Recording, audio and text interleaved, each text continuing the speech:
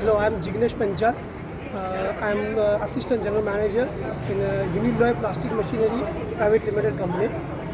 I'm heading in sales, and we have attended the program CXO leading from the future, and our key learnings from these 2 days workshop is mainly a deep listening, which will help me a lot as a making my strength to understand the people, to understand the problem, the better action plan.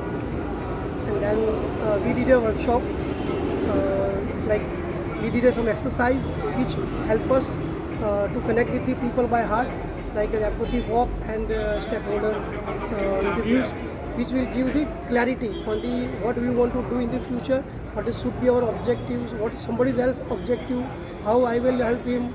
So those kind of things will be good for the team members, the relatives, or anybody we connect with, and overall it will help us to grow the in the company business, to grow ourselves. Thank you.